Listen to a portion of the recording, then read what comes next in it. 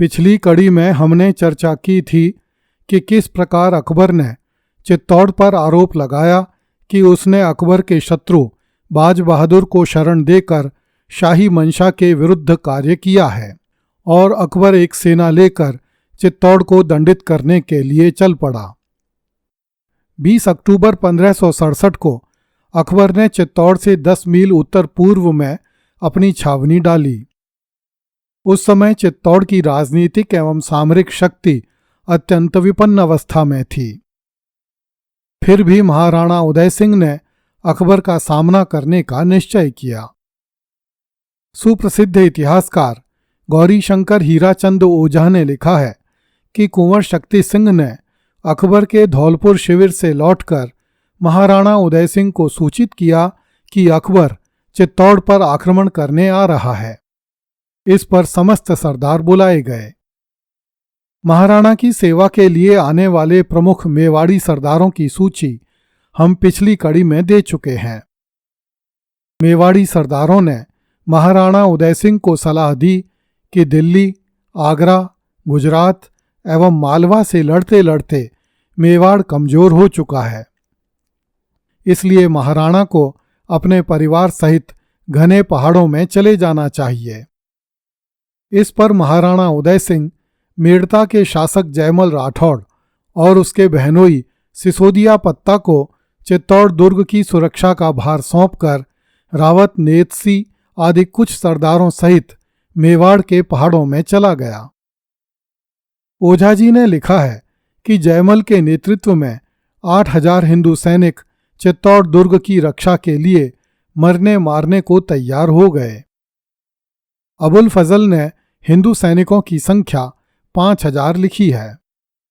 वह लिखता है कि राणा दुर्ग के आसपास के प्रदेश को नष्ट भ्रष्ट करके पहाड़ों में चला गया, जिससे खेतों में घास का एक तिनका भी नहीं रहा।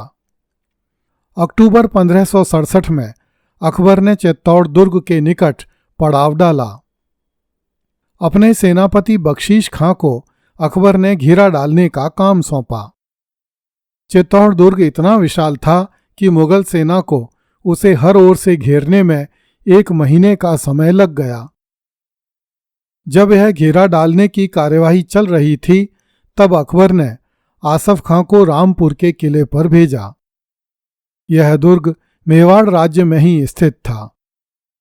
आसफ खां रामपुर के किले को जीतकर अकबर के पास लौट आया।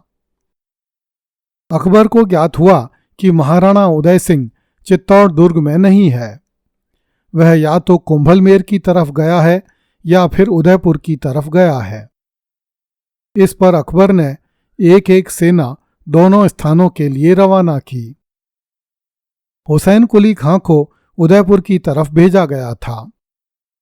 वह कई महीनों तक महाराणा को उदयपुर एवं उसके आसपास की पहाड़ियों में ढूंढता रहा, किंतु वह महाराणा को नहीं पा सका। हुसैन कुली खां को जहां भी पहाड़ियों में इक्का दुक्का आदमी मिलते, वह उनसे महाराणा उदय सिंह के बारे में पूछता, किंतु उसे किसी ने नहीं बताया कि महाराणा अपने परिवार के साथ कहाँ निवास कर रहा है। हुसैन कुली खां के सैनिक उन लोगों का सामान लूट लेते, उनकी झोंपड़ियों में आग लगा देते और उन्हें जान से मार देते, किंतु उनसे महाराणा के बारे में कोई भी सूचना प्राप्त नहीं कर पाते थे। अंत में हुसैन कुली खां निराश होकर अकबर के पास लौट गया। उधर जब अकबर की सेनाएं महाराणा उदय सिंह को अरावली की पहाड़ियों में ढूंढ रही थीं, इधर अकबर भी चैन से नहीं बैठा था। अबुल फजल ने लिखा है कि अकबर ने खाने आलम तथा आदिल खां से दुर्ग पर आक्रमण करवाया, किंतु वे विफल होकर लौट आए तथा उन्होंने अकबर से कहा कि इसमें जल्दबाजी की गई थी। जयमल राठौड़ के सैनिक दुर्ग की प्राचीर से अकबर की सेना पर तीर, पत्थर, जलता हुआ तेल, जलते हुए कपड़े आदि फेंकते थे, जिसके कारण अकबर के सैनिकों की हिम्मत दुर्ग के निकट जाने की नहीं होती थी। अकबर के साथ कुछ हिंदू राजाओं की सेनाएं भी थीं। विचित्र दृश्य था। कल तक आमेर के कछवाहे तथा अन्य हिंदू राजा चित्तौड़ की रक्षा करने में अपना गर्व समझते थे, आज वे अकबर की चाकरी स्वीकार करके चित्तौड़ का मान भंजन करने को तलवारें निकाल कर खड़े थे। मेड़ता के राठौड़ अब भी गोहिलों के कंधे से कंधा लगाकर चित्तौड़ के रक्षक बने हुए थे। मुट्ठी भर चौहान, सोलंकी, डोडिया और झाला भी चित्तौड़ के लिए मरने मारने को तैयार थे। भले ही चित्तौड़ के रक्षक थोड़े से थे, किंतु इनके सामने अकबर की दाल गलनी कठिन थी। अबुल फजल ने लिखा है कि दुर्ग के चारों ओर तोपें लगाई गईं। इन तोपों के लिए 3 बड़े मंच भी बनाए गए।